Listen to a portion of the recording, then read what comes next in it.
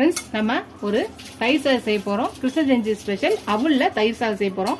அவுல நல்லா ஊற வச்சு கழுவி 15 நிமிஷம் ஊற வச்சு எடுத்து வச்சிருக்கேன். இதுல கொஞ்சம் பால் ஊத்திக்கலாம்.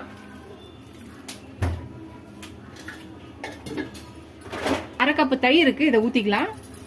இதையும் சேர்த்து மிக்ஸ் பண்ணலாம். எல்லாத்தையும் நல்லா மிக்ஸ் பண்ணியாச்சு.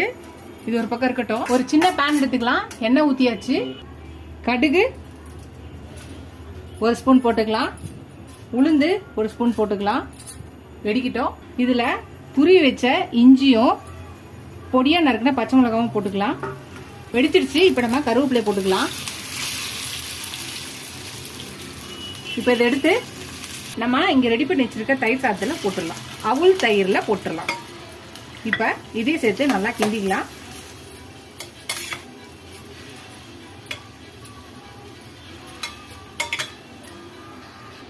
பொடியா நறுக்கின கொத்தமல்லியும் போட்டு